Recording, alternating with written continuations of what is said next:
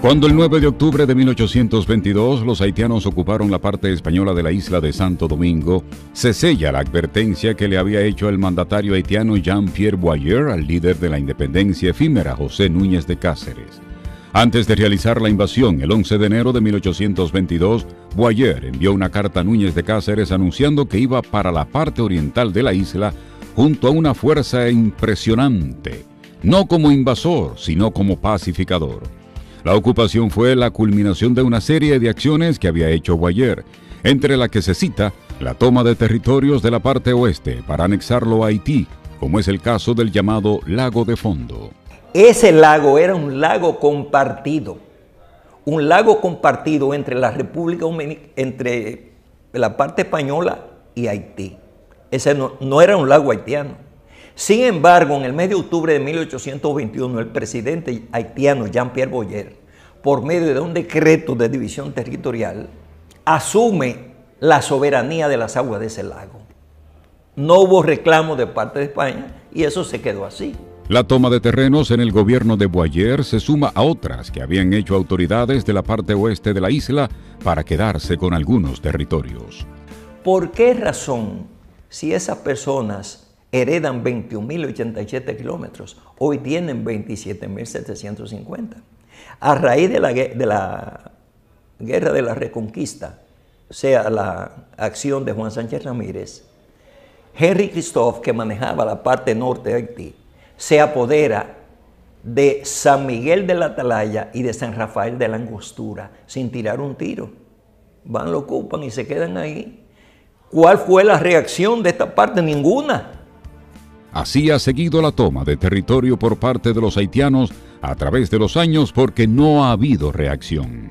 Cuando Boyer tenía todo preparado para ocupar la parte este de la isla, pidió al coronel Bechet, su ayudante de cámara, que se comunicara con el general haitiano Guy Joseph Bonnet para pedirle su opinión sobre la intención de Haití de ocupar la parte este. El general Guy Joseph Bonnet le escribe una carta lapidaria a donde le dice: a nosotros no nos conviene ocupar la parte este, y le da las razones. Sin embargo, le dije: yo soy un guardia y si esa es la determinación que hay, yo le acompaño.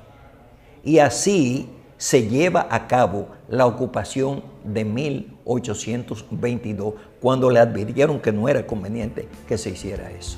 La ocupación de Boyer fue la tercera invasión que procedía de Haití al territorio de la parte este de la isla. Esta se produjo sin derramamiento de sangre y fue aceptada pasivamente por la población dominicana. Boyer asume la presidencia retomando la Constitución de Toussaint, con su postulado de que la isla es una e indivisible. Esa ocupación sumió a los habitantes de la parte española en una honda tristeza y lacerante humillación, ya que el gobierno haitiano quiso hacer una fusión de dos pueblos totalmente diferentes en cuanto a su composición étnica y cultural. Nosotros éramos una nación ya, en términos de, no de fundación de república, pero en términos nacional, nosotros éramos un territorio con una lengua definida, usos y costumbres definidos, teníamos una identidad desde hacía más de 300 años de formación histórica. Y por un decreto no se puede cambiar la cultura ni se puede cambiar los estilos de vida de una población. Con la ocupación de 1822, Boyer buscaba recuperar para su país lo que existía antes de la Guerra de la Reconquista, cuando la parte este, formada por la provincia del Cibao y la provincia de Los Ama, era parte integral de Haití. Y es por eso que algunos historiadores haitianos tratan de justificar la invasión de 1822. Los haitianos, ellos manejan ese asunto como una rebeldía de dos partes que le corresponden. Así dice el señor Jean Preismar en su obra Haití y la República Dominicana. Él se refiere a que la independencia nuestra no es más que una dislocación de la unidad haitiana. Ese es el criterio que prima en los haitianos. William Páez Piantini es diplomático de carrera y es el autor de los libros Frontera Dominico-Haitiana, 6 zonas, 97 planos y 313 pirámides. Relaciones Dominico-Haitianas, 300 años de historia y colección general de tratados siglo XVI, siglo XXI. Ellos sí realmente nos ocuparon por 22 años. No podían concebir, o sea, manejado por un solo gobierno, por el gobierno de Haití, no podían concebir que esas dos provincias se independizaran. Con la ocupación, Boyer transfirió algunos problemas internos de Haití hacia la parte oriental, la que tuvo una repercusión negativa. El principal problema era la deuda de 150 millones contraída con Francia para alcanzar el reconocimiento de la independencia haitiana por parte de ese gobierno. Saldar esa deuda se convirtió en un serio problema debido a que la economía haitiana se encontraba paralizada. Boyer se propuso que los habitantes de ambas partes de la isla contribuyeran con el pago de la deuda, lo que desató una fuerte resistencia entre haitianos y dominicanos.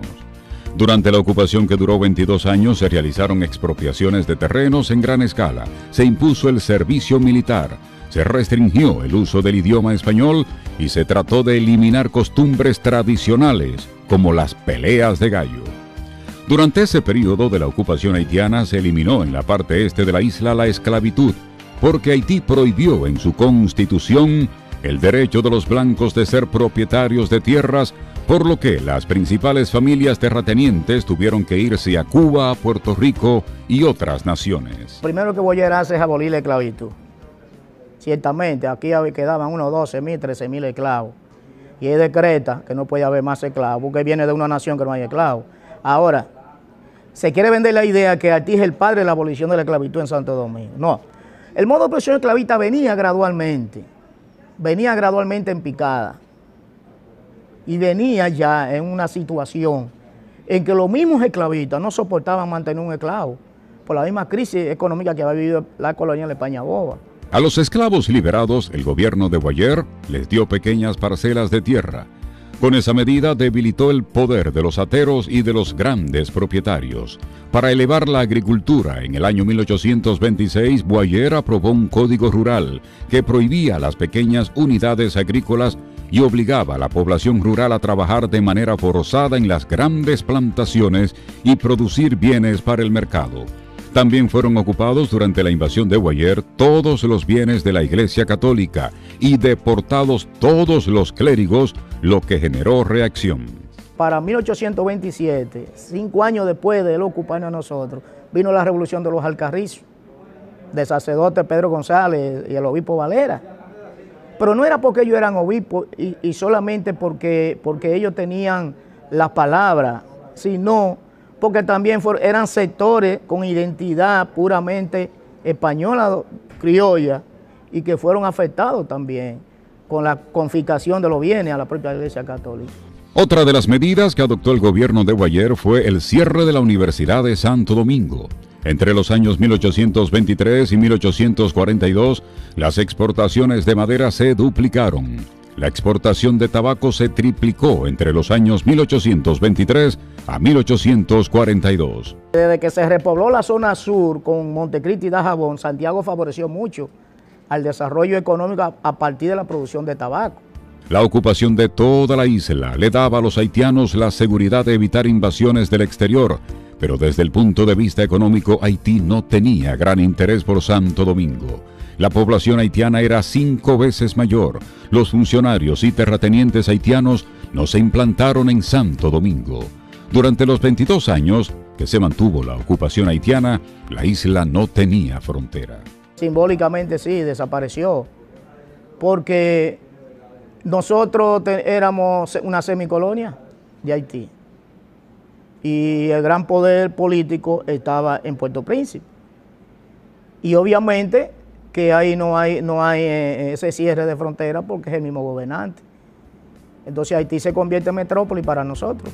En su país, Boyer tenía enfrentamiento con diversos sectores que le adversaban e incluso disolvió la Cámara, o sea, dio un golpe de Estado. Pero hubo una insurrección de los opositores, quienes fueron a Puerto Príncipe y sacaron a Boyer del poder en marzo de 1843. Ese movimiento se llamó la Reforma y fue dirigido por Charles Erard. En ese tiempo ya había síntomas de que algunos sectores en Santo Domingo fraguaban el derrocamiento del dominio haitiano. Los hateros querían el restablecimiento del dominio europeo. A su vez, los pequeños burgueses de las ciudades comenzaron a plantear la necesidad de un gobierno autónomo que ampliara su influencia social y que se basara en los principios liberales de la Revolución Francesa. El principal dirigente de la clase media urbana fue Juan Pablo Duarte, quien formó en el año 1838 la sociedad secreta La Trinitaria.